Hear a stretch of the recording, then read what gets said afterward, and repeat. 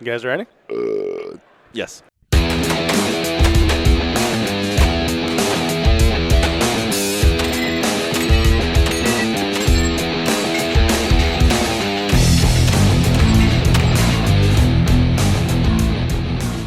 Welcome to the Three Gun Show. We're at SHOT Show 2017 in the Arms Corps booth with John McClain. John, welcome back to the show. Thank you very much. I love being here. Dude, we love having you. Very popular last year was your wow, I almost said that backwards.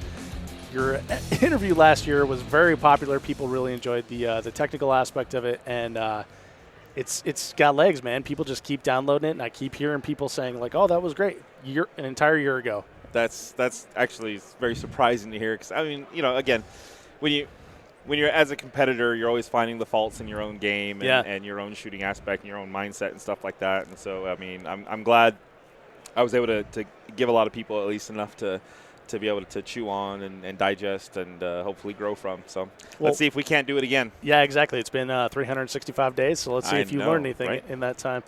Well, also joining us. Learn or if he's worth. Could be. It's you never know. Also joining us for the podcast is Eric Grauffel. Eric, welcome. Thank you.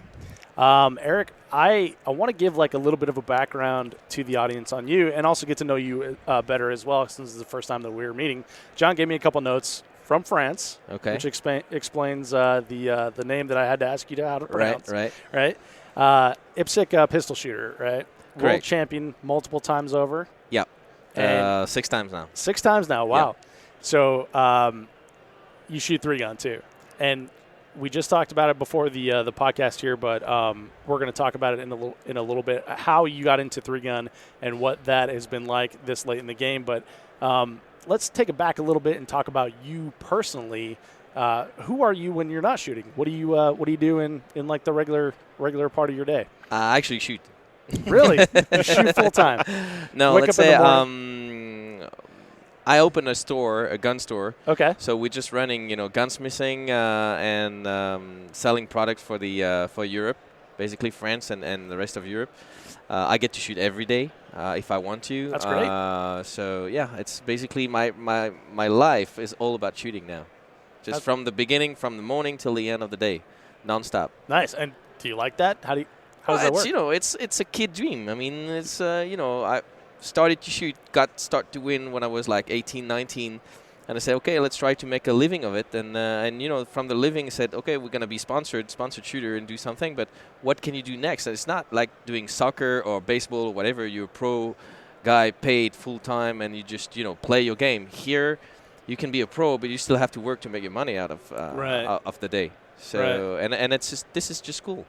Yeah, the challenge, fantastic. The challenge is just amazing, and I work in the shooting industry, but I shoot when I want, what I want. It's great. That's cool. So do you find that like most of your clientele are competition shooters, or what's the market like where you're at? A little bit everything. Mm-hmm. A little bit everything. Most of the guys that they are like target shooters. Then I have a competition shooter that come to us to build up their gun and prepare the gun. So this is what we do, basically, yes. Okay. Sport guns. And so shooting for you started, you said, as like a teenager? Or even before. I started shooting at 8 years old. Oh, really? Okay. And IPSC or practical shooting around 10. Really? Yeah. And then by the age of 15, at the age of, I'm 37. So let's say I'm one of the oldest one on the market of practical shooter. If I'm not the oldest one, which is true, but in terms of experience, I'm kind of close to, Rob Layton or all the other guys like that have a very long experience. Okay, so you've got a lot of experience in IPSC pistol. Correct. And when did you start shooting 3-gun? What was that? 3 years ago now. 3 years ago. 2014. Yeah. Yep. So John is actually the primary 3-gun shooter in Hamscore team. Because every one of us sponsored here, we have all of us our own task. I'm more on a pistol and multiple division. We have JJ, we have Athena, and we have John on 3-gun part. And I said, John, listen, I can have guns, long guns, shotgun, rifle in my country. I like just to get started. So would you help me out? Tell me what to do and so on. So I came here the first way, 2014. Yeah. And the day before, he gave me a shotgun, tried to make some loads, and then he told me, okay, you better start with 2. Even 2 was hard. So, Yeah, we started off with the dual loads as opposed to trying to do the quad loads. Luckily, it was in that transition phase where the quad load wasn't quite as popular as it is now, but it was definitely, and the dual load was definitely a lot better than the old school grab 4 and do it one at a time. So he actually got really lucky enough that I had the gear to be able for him to do duels, and that was initially how we started training with the shotgun. Right. So we did a whole day of I think we shot at least like 250, 300 rounds of shotgun. I got my finger bleeding. I got everything hurt that day. That was bad. But that was fun. Honestly, it was just fun. All about shooting. Again, completely new stuff, and that's how I get started. Well, that's awesome. So you have long guns in France. Now, yes. So it's not always been like that? No, up to 2013, we couldn't have long guns. Oh, really? Well, we could. Why is that? But 2 rounds maximum. Oh, really? So 2 + 1. So you do nothing in 3-gun with 2 + 1, That would take forever. Yes. That's not true. You do a lot of loading. A lot of loading. And the law has been changing so we can match the European community law for the guns. So we got access at that time for the rifle was bigger capacity, and then shotgun the year after, and IPSC in France, or practical shooting in France, we didn't have really the let's say the games or the sport game rules to run rifle and shotgun. So we brought in the IPSC rifle into it, so we can legitimately say that we need to use those rifle against the law, because otherwise they're going to say, why would you need an AR-15 with 30 rounds if you have no reason to have it and just shoot rifle, So we had to bring IPSC rifle, so we get started with that. And then we brought IPSC shotgun, also was that last year actually. And then by the meantime, I get started with John on 3-gun. He hooked me up on that. The only place where I can shoot 3-gun doesn't exist in Europe at all. Okay. At all. There's nothing. So there's no way for me to train it because there's nothing. The only thing I can do is I put some clays, I put some poppers and stuff, and I try to practice it, which is fine. But there's no chance for me to shoot any matches and get better. Right. So the only thing is I have to come here. Very expensive way to practice. Yes, definitely. So that's why SHOT Show is always a good spot, because I get a match before and a match after. So at least it's something. So let me ask you about the IPSC rifle, because you said something that I thought was kind of interesting, is that you guys had to bring the IPSC rifle game to France so you could be allowed to have the law allowed us to have the rifle, but you never know if politician at a certain point will not say, if we not using our right, they will not take it away. Yeah, exactly. So we had to bring that IPSC rifle that will say, hey, we are using, this is the game, we need those guns, so you can't take them away. So they relaxed that law, and then immediately you guys brought in the rifle game. Exactly. And same thing with the shotgun. And the shotgun game. Okay. Exactly. Okay, cool. And in the meantime, I was here learning about 3-gun, and I told my people in France, hey, we need to get started. We have the 3 now allowed separately, so let's make a 3-gun thing. Get started. And it will add an extra game that proves that rifle and shotgun are clearly needed for our sport. And because I was there and I was the only one to do it, they say, okay, Eric, you're in charge. Thank you very much. So now I'm in charge of trying to organize a national. Great idea. He's in charge of the revolution of France. 2018, I have to make a national organizer. No kidding. Yes. And the plan is we are building now the Wall Shoot rifle range. It's almost finished. And that rifle range is going to be huge enough. And my plan is to make like a really nice 3-gun match. We're talking about 20 stages. Oh, wow. That is quite the something match. serious, so we can bring in the American top shooters over, and probably a lot of European will be interested, because we have a lot of guys that shoot IPSC rifle or shotgun or things. So people have the guns, they don't have the gear, but they will step in. So now we are in the process of building the rules. We gather the U.S. rules between the 3-gun nation rule, 3-gun multi-gun national rules, USPSA rules, and I don't remember which one, so you got three here. And we are mixing them to come up with a very nice set of rules that will match the, let's say, European political aspect of shooting. Okay. And basically we're going to go on a time plus system or I believe 2 divisions. which you have open and TAC ops. We are thinking about calling them like limited and unlimited. Okay.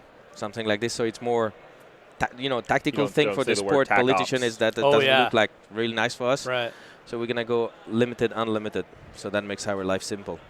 Interesting. So that sounds like quite the undertaking. Yes. And challenging. Yeah, that's what I'm saying. Like, so how do you start? I mean, that's like an elephant that you have to eat, right? You start one bite at a time. Is a step by step. Exactly. I got friends. Okay. So how do you start that process then of setting that up? And there's like a bunch of political hoops you have to go through? First, you have to convince your own political people in the federation. That's the thing. In IPSC. Yeah, because the French Federation is. The French Federation of Shooting is about 200,000 members right now. Wow. Okay, but it covers the Olympic-style shooting. Oh, okay. Skeet shooting, so ball trap skeet stuff. It covers the long rifle shooting, silhouette shooting, and practical shooting as well. Okay. The federation is made of 70 politicians inside the federation that will choose the president. The president, we know him. And the actual president we have is a former practical shooter. Sweet. But that's always good. But when you bring to practical shooting, it's always on the reserve because practical, it's different. People are already always scared a little bit because it's moving, because there's always that tactical aspect to it. So we've done. I've experienced that same thing myself in multiple ranges that I've shot at. You get the classic thing is the clay shooter, right? Yeah. The trap shooter, the skeet shooter. They're always like, well, why are you running with those guns? That's dangerous, and that whole thing. And so think about, you have that experience here in America. Think about what it is in the whole Europe. Exactly. Well, yeah, and we've got it written into our constitution that we can have arms. Yeah. So I would imagine it's way more difficult for you. It's a challenge. Yeah. It's a challenge, and basically in France we can hold only 12 guns. So when you shoot 3 gun, it already goes quick, because if you shoot practical pistol, you need 2 or 3 guns, plus you need your rifle and shotgun, plus the backup one, plus the training one, and it's a mess. Interesting. So the AR-15 platform has to help out with that, right? Because you can have multiple different upper receiver / barrel combinations. Yep.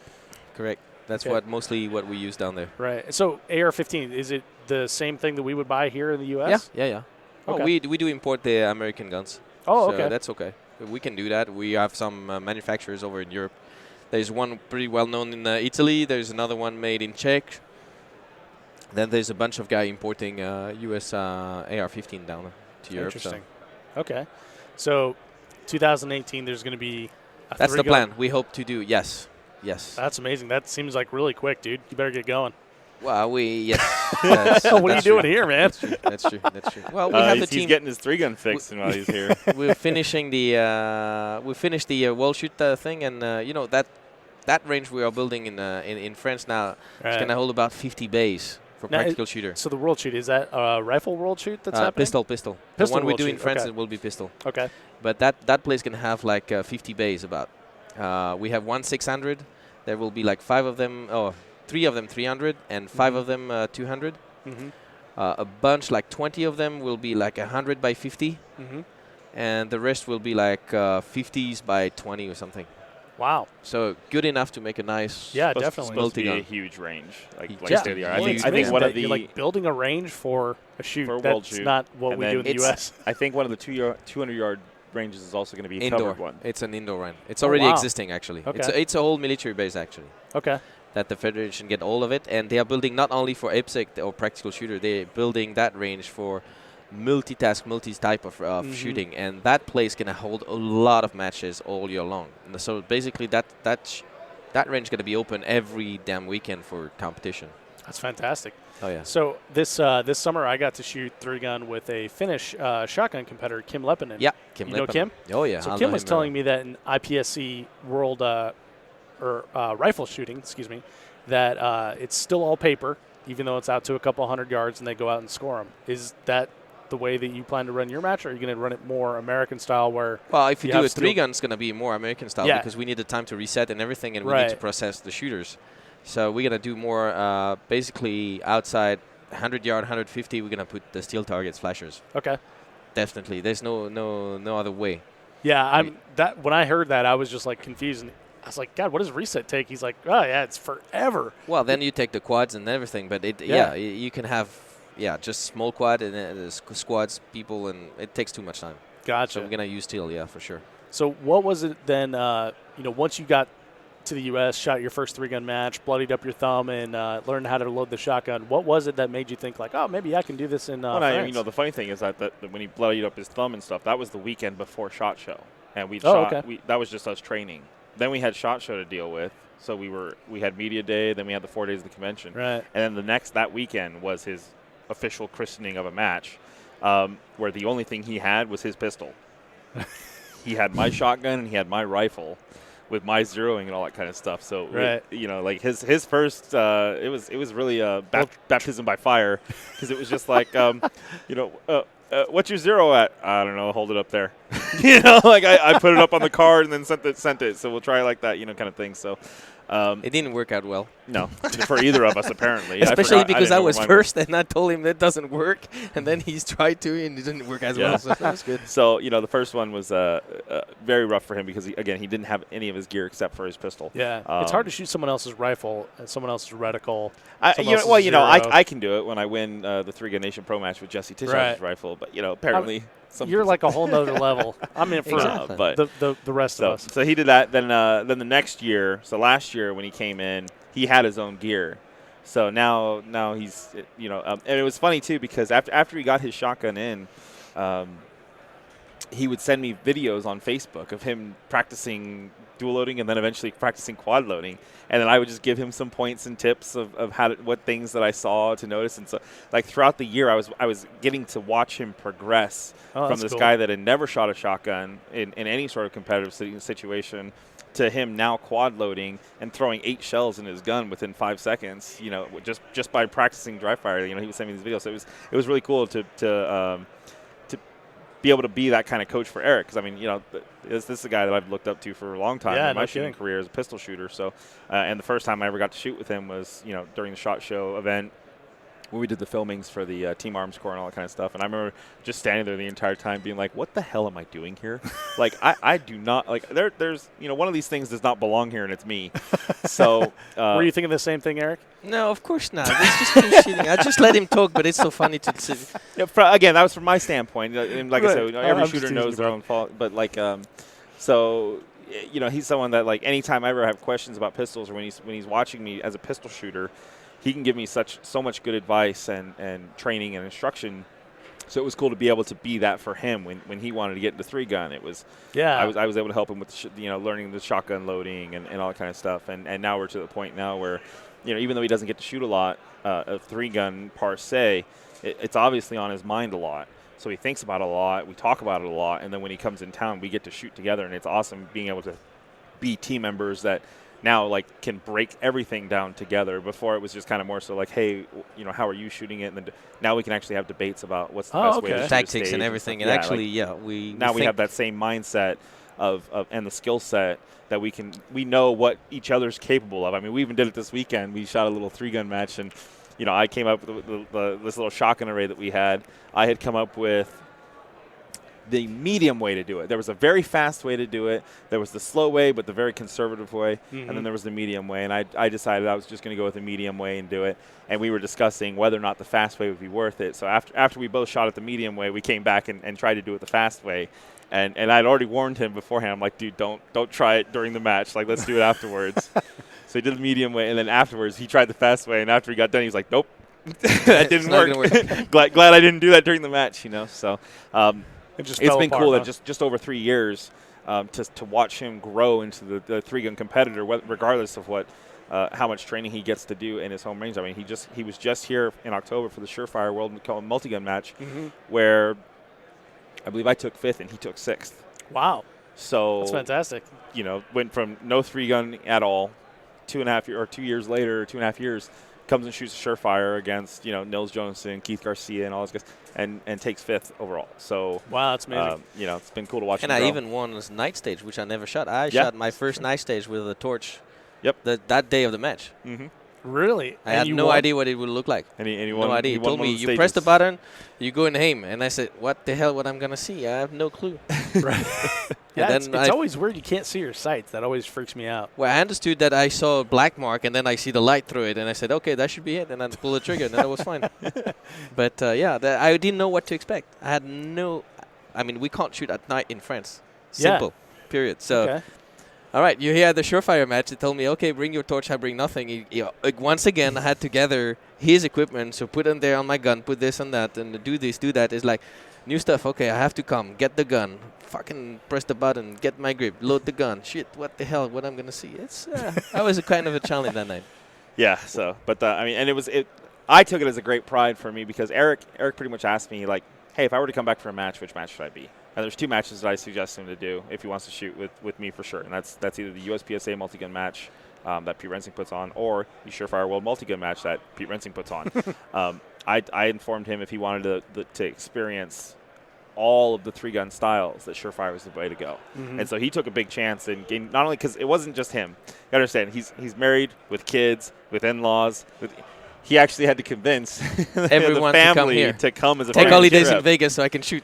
So while he's shooting the match, they're off doing family things, and he's up in the desert I had to with rent me. a nice house with a nice pool in an area where they can go, here and tour around there and tour around there. I had to rent 2 cars so everybody can be happy. Oh wow! It's a nightmare just to shoot 1 match. So it's a lot of efforts. I was very blessed that he took I was very blessed that he took my advice and to come to shoot the Surefire match. Yeah. And then he took the extra steps to bring the family and stuff like that, which was actually a lot of fun because while we were shooting, I actually had my daughter, so I dropped the daughter off over there, and she got to play with his kids, which was kind of comical to watch to begin with because his kids don't speak English and my kid doesn't speak French. Oh, no kidding. But after the first 5 minutes, they were just off and to the races. The kids, they watch each other, but just by, the sign talk or just the eyes talk, they just get along. That's it. That was they were just playing the rest of the day, so that was kind of cool. So while we were off shooting and training and stuff like that, they were able to play and hang out. That's pretty cool. So it's a with 3-gun, a lot of the topics we cover, and I think pretty sure, John, that we've talked about this before because you shoot a lot of pistol. Mm-hmm. We've talked about how much more than you used to. Yeah, exactly. And we just talked about that before we got going here too. But we've discussed how the pistol game translates to all the other guns, and if you need to practice, if you can only practice one, it would be pistol. So, Eric, do you feel like all the training and the practice that you had in shooting pistol over the years has helped you acquire rifle skills and shotgun skills faster, or do you think it just gave you like a basis of now I know how I need to practice to learn these new guns? I would say they helped, yes, until a certain point. Okay. Until, let's say, the 100-yard and plus distance you have to shoot with rifle. Because that thing, if you don't shoot it, you will never know about it. I mean, everything which is below 100 yards, you can be shot. That can be shot like a pistol with your rifle. So this is pretty much pistol skills involved here. Now, longer distance, you need to get the knowledge and you need to get experience on it by yourself, by learning, by shooting it, by seeing what it goes. Shotgun, same thing.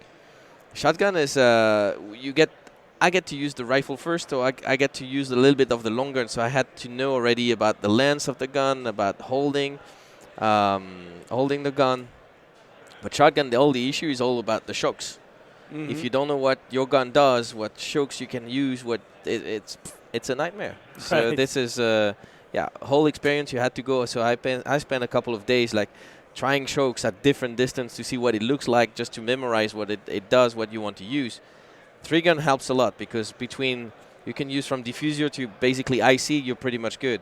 But people that are shooting just shotgun matches and they have no shoot targets, like a clay no shoot next to a steel target. Mm-hmm. So then you have to know, I'm gonna use the fulls, extra full, or modified, and that's different story. Yeah, I mean you're going with an entire set of chokes in a match like that. Exactly. Yeah, I've spoken to a lot of our 3-gunners that went to the Italy World Shoot, the IPSC World Shoot, and they said the exact same thing. In fact, a couple people told me they didn't even use anything but a full choke the entire time because of all the no shoots. Exactly. And stuff like that. Where here in the U.S., it's the only thing in front of it's a barrel, and if you shoot that, no one's going to say anything. Exactly. So you don't get penalized for it. Yeah. Exactly. So yeah, it's a much different game. So the Surefire Help me out, John. Surefire World Multigun. Or the Surefire. I'm listening to Yeah, you you and getting are. screwed up. The Surefire World Championship. There we go. Surefire World Championship. So in your defense, I screwed that up like 4 times earlier, but it's like John said, it's probably one of those matches that would give you like a flavor of each type of three-gun to shoot. So Pete was on the show and he told me all about it, sort of the style and everything. It sounds like it's a phenomenal match to bring that sort of flavor from each one of the major matches that we shoot in three-gun into one, which is such a great idea. And the different skill sets are all tested. Which style, Eric, do you feel that you identify with most of all those different styles in the Surefire match? You mean for me? Yeah, which was the easiest for you? And then I'm going to ask you which everything was the most about difficult. pistol. Everything but pistol? Yeah, so that means we had a bunch of stages. They were pretty short and technical. This is what I usually do about, moving target and stuff, taking it to position, placing yourself right, which I know how to do. Make sure you don't overpass target and you won't miss it or stop. This is good. I can win, and I did pretty well on those stages. But it came up when we got to the long range when, my gun was not zeroed perfectly. And this is not exactly the same bullets that I'm using home. So let's say I take my ballistic setup based on what I use and what I load at home, and then I transferred here, and I didn't check the bullet weight. I didn't check the velocity. So I get to shoot the 400 and 500 yards. Go on one stage, miss, and nobody's calling where I am, so I have to figure it out. Right. That was a nightmare. That stage killed me. Yeah. And cost me a lot, actually. And then that girl who was watching and spotting the hits, she told me, all right, you were about this distance off the targets, which helped me for the second long-range stage. Right. And I survived okay. But if I didn't know, that would have been a second screw-up because my gun was not ready. So now what I'm doing, and we'll do it tomorrow for me when we shoot a video tomorrow at the range for Hamscore, when we're done, I'm going to go off on the range, 200 yards, and I built just one gun for three-gun now in the rifle. Because when I come over here, they keep the same batch of bullets they made for me, and that gun will only shoot that setup of ammo. So I know my gun will be set and ready, and I don't have to think about it, because otherwise it's... Yeah, no kidding. Long range, if you zero your gun with one ammo, you come over here, you shoot another one, the chances that your gun is properly zeroed is... Yeah, I mean, at that point, you're just kind of like guessing and hoping. Yeah, which didn't work. What I did last time from Surefire, I took a batch of ammo here, I brought back to France, and I pre-zeroed my gun coming here with the same ammo that I'm shooting, and it worked this weekend. We clearly see. I was not sure. I told John, hey, maybe I should check. I zeroed my gun, and actually it worked. We came up with a 200-yard shooting and 3 plates. I got hit on every first shot. Yeah, 1 for 1. So that means that worked this way. Yeah. That's what I have to do, and make sure I have some bullets at home. I can check my zero from there, and then when I fly here, the bullets are ready, and that's the same. Nice. That sounds very complicated. It's a nightmare. It is a nightmare. Well, and so what is traveling internationally like into and out of France with ammunition, with guns? Is it difficult? Should I tell you the story which happened here just now when I'm coming in, or the regular story that what I should do normally to do that thing? I felt like a VIP. All right. This time here, first you had to, for me to come to the U.S. with the guns, I need to get an ATF Form 6, so it's a permit that you get from the ATF Bureau, and it's valid for a year. So you can put all the guns you want and the ammunition you want to bring in and on it, and that you're clear legally on a custom point of view. So you still have to show your gun when you come in, but you need to get that permit. It's the official thing that if you get stopped by the police and you can show that's your guns. This time I flew in into Atlanta on the way in, and the plane stopped at the gate opened, and then everybody stand up in the plane, ready to leave, and you got that gate agent, Mr. Grauffel, please show up yourself at the gate agent when you exit the plane. He said, what the hell is that? Because usually nobody calls me, I just go there and declare the gun and done. Gate agent there, you have guns, sir? Yes, I have got guns. All right, just go, don't forget to declare your guns. All right, sure, of course, no problem. Thanks for the reminder. All right. Process, go to the immigration. Now you got this automatic thing, which is fantastic. Go to the automatic, get to the guy at the booth, and where are you coming to the U.S.? I'll come to shoot a 3-gun match. Oh, you got guns. Oh, please come with me. And then from that point, that guy took me from that immigration point till the end completely covered. So he took me to the immigration booth. We stamped the thing. So we passed everybody in the line like a VIP, like, okay, cool. We go to the luggage area, pick up the luggage. This guy from Homeland Security carry up my bags. I said, I'm going to do it. No, I'll do it. I'll help you out. Okay, cool. All right. We take, okay, this is your rifle? Yes, that's my rifle. Let's go to the custom area. So we go to the custom area. Open it. Oh, this is cool guns. Yeah. All right. Get stamped it.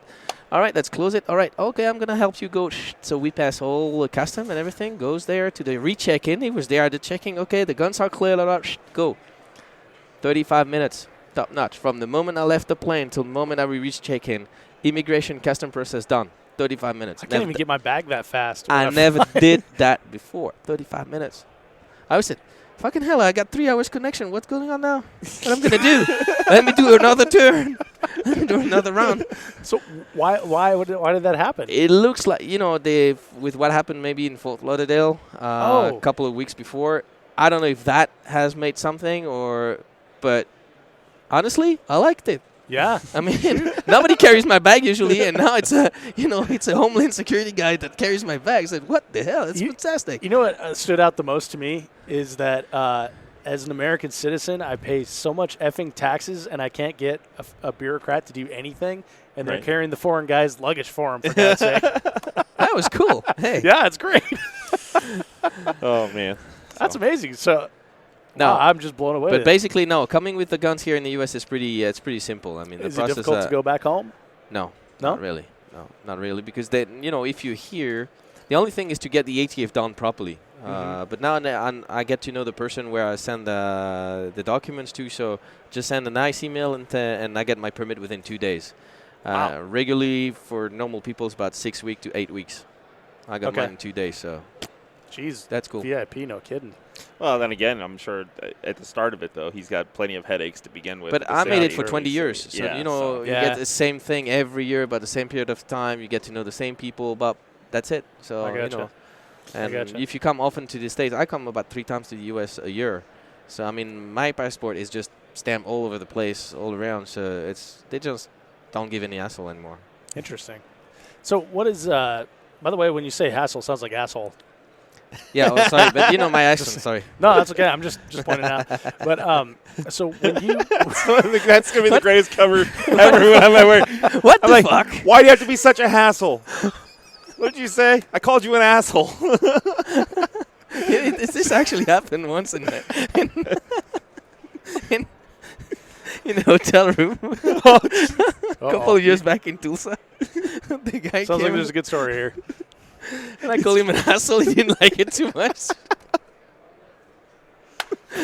Anyway, that's all right. Now you gotta explain. No, it's just the whole story. All right. Poor guy that bring me a package and then. So the process of getting firearms in France, what is that like? How do you how would you as a citizen purchase firearms? That's a nightmare. Is it? Yeah. Basically, you need to be a club member, a member of the federation, for at least 6 months. Past 6 months, you can have you be trained by the range and blah blah blah blah blah blah. And past 6 months, you can request a pre-document or pre-form from the federation to request then a permit to the police. So then your club president signed for it, and the state president of the sport federation signs for it, and the president of the federation will sign for it. And if it's approved, you can go with that document to the police and then request your gun. That document from the federation takes about 48 hours to get when you get started. Then for your first gun, you go to the police station, you make a request, you bring all your documents with you, your passport copy and where you live and blah blah blah blah blah blah. You request the permit, and then it will take about 2 months before you can get your approved permit on the first time, because they run a background check on you, see if you're completely clear, no drug, no records on your files. And after that, you get your permit, and then you have 3 months to buy your gun. So do you have to tell the police what gun you're going to buy, or some of them they like, but it's not necessary. Okay. So you have to, but you have to ask, you have to request a permit for which category of a permit you want. If it's for a pistol, rifle, or shotgun, if it's a B class, which is like bigger caliber, like 9mm, 223, whatever, or if it's a C class, which is like 22s or other calibers and stuff like that. So Okay. then you have the 3 months, and then you can buy, and that's it. Then the gun will be registered. You need to have a safe in the meantime at your house. Mandatory. You're not allowed to go from your house to a supermarket and then to the shooting range. The only allowance is house, range, house. That's it. So you guys never have like a hamburger and a beer We after do. a match? We do, but if But there's you have an to go home issue, it's your fault. Oh, I got you. So, and if you get robbed, if you lose your gun, if you whatever, then you might lose all your gun for all your life. Wow. So that's an in-between. So a criminal breaking the law turns you into a criminal because you went into you didn't follow the law, which was to go straight home, straight to the range, straight home, straight to the range, because you stopped in the middle and someone breaks the law and steals your gun. That turns you into a criminal. Yeah, instead of a victim. So you have to store your gun in the safe all the time. It's a nightmare. And then you renew your license every 5 years. It used to be 3 years, now it's 5 years. Okay. So then 12 guns maximum. 12 guns maximum. Because the 13th one is the dangerous one. There's a lot of guys walking around the floor out here that would not be able to live in that type of environment. Right. So and now we got the new law that they're talking about on the European side, which will be 10 rounds maximum for every gun, unless you shoot practical shooting. Oh. Which is pretty cool. Could be a boon for practical shooters. Exactly, exactly. Which what happened to us in France, actually. That's what we did.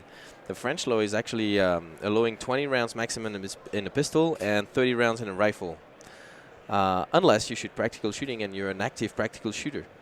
And that's written in the law in this way. Oh, wow.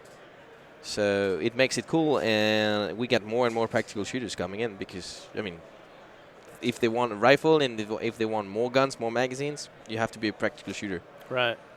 Interesting. So the that sounds terrible, by the way. Of well, you know, compared to what we're used to, of course. Oh, yeah, sure. I think though, in one aspect though, if anything, it might have helped him out as being the shooter that he is. I mean, because I know exactly from our standpoint. I mean, we can throw our guns in our car. We can go stop, get food on the way to the range. We can go to the range, we can shoot, and then we can leave and get a milkshake on the way back to home and then go home.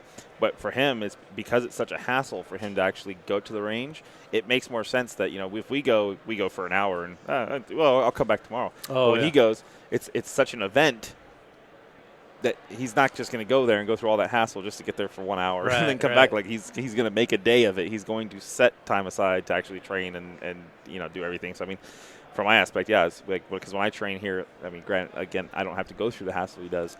But when I do train, I train for typically about after I shoot a match, I'll shoot for another 2 or 3 hours after the match, just training. So I mean, for him, I figure if I had to contact my police department just to let them know, like, by the way, I'm going to be driving to the range. I got guns with me, and this is where I'm going, and this is where I'm coming from, and then like, hell yeah, I'd schedule my whole day to be at the range, so I didn't have to do it. Like you know, pain.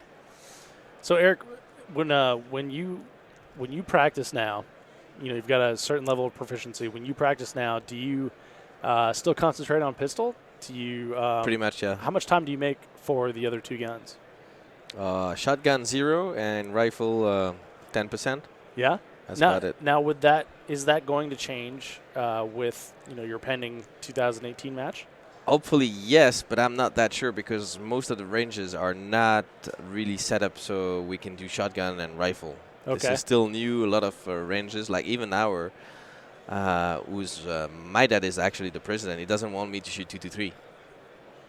So really? Basically, I have to shoot 22s, which I can do. I have an upper 22 that helps a lot, but still I can. And the longest distance I have is 50 yards. Oh.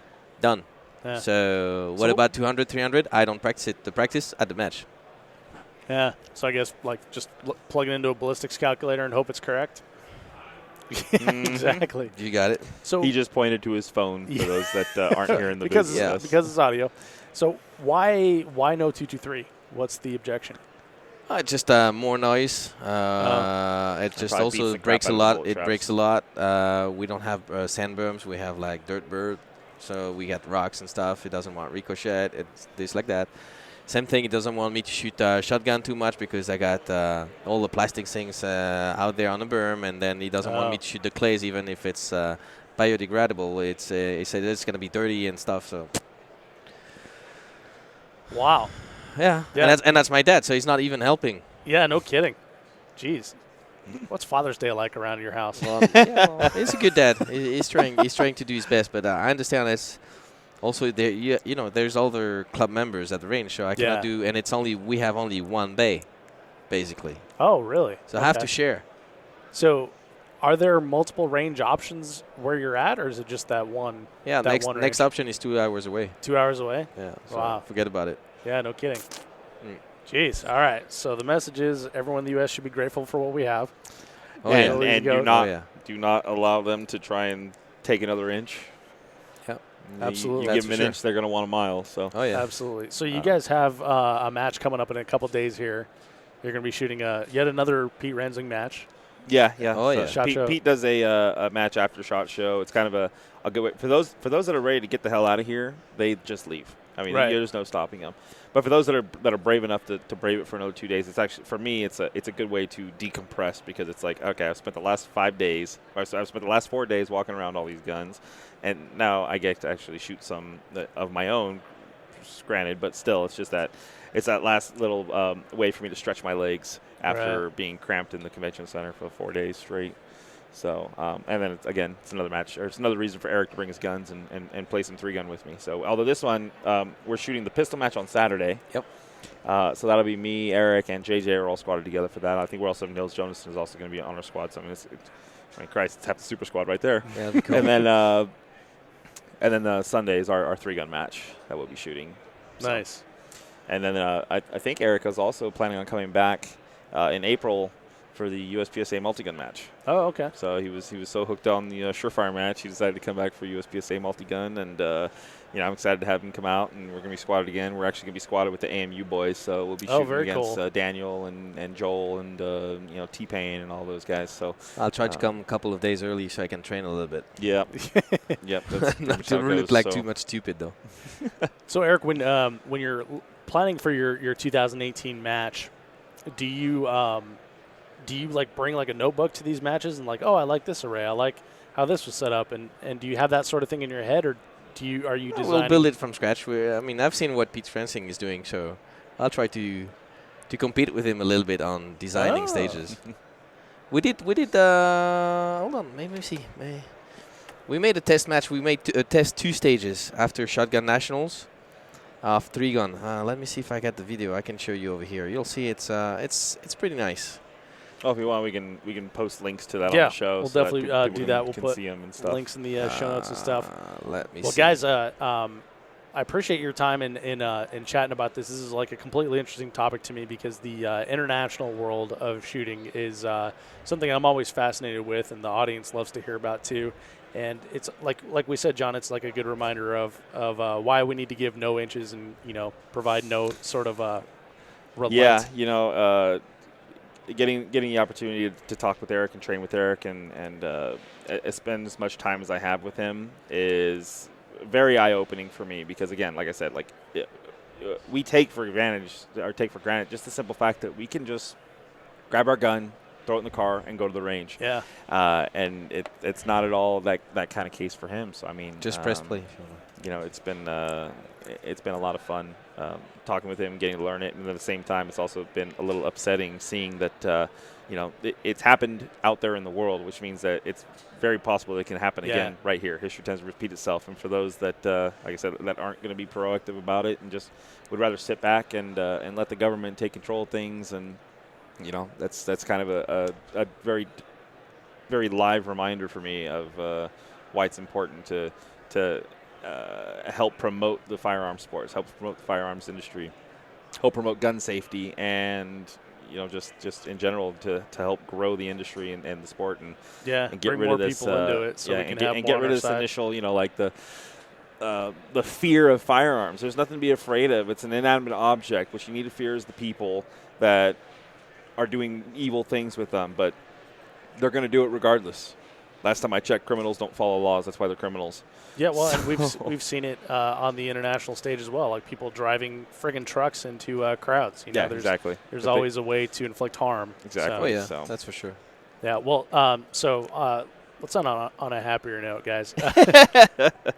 You got a match coming up. There's plenty of guns to look at here at SHOT Show, and we're going to go check those out. Thank you, Eric, for sharing your story. I totally appreciate it, and excited to see what you've got going in 2018. Sounds like it's going to be a ton of fun. So it will. I hope so. I hope so, and I hope you guys, because European will come, but if some of the U.S. guys want to come, they'll be completely free to come, and we'll be happy to have them and host them there and show us what we have to do, where we have to improve, because that's what we need to get the sport going. That's Absolutely. what we want. That's exciting. So when you do have details, keep in touch with me. Let me know, and I'll help you spread the word and everything. And happy to do so amongst the American shooters. And John, hey, thanks, man, for bringing up this exciting topic and putting this together. Always appreciate you, my friend. No problem. Obviously I didn't give away much technical data here. It's more of the personal aspect of it, but I felt like this would be a good opportunity again for people to see what's going on across the pond in the international side, and I hope it was again more eye-opening and uplifting for some of these people to understand. Like, hey, get involved, get out there, get involved. Don't just be don't just be reactive. Let's start getting proactive about this situation. So. Absolutely. Well, thank you, gentlemen, for being on the show. Absolutely. Thank you very much for having us.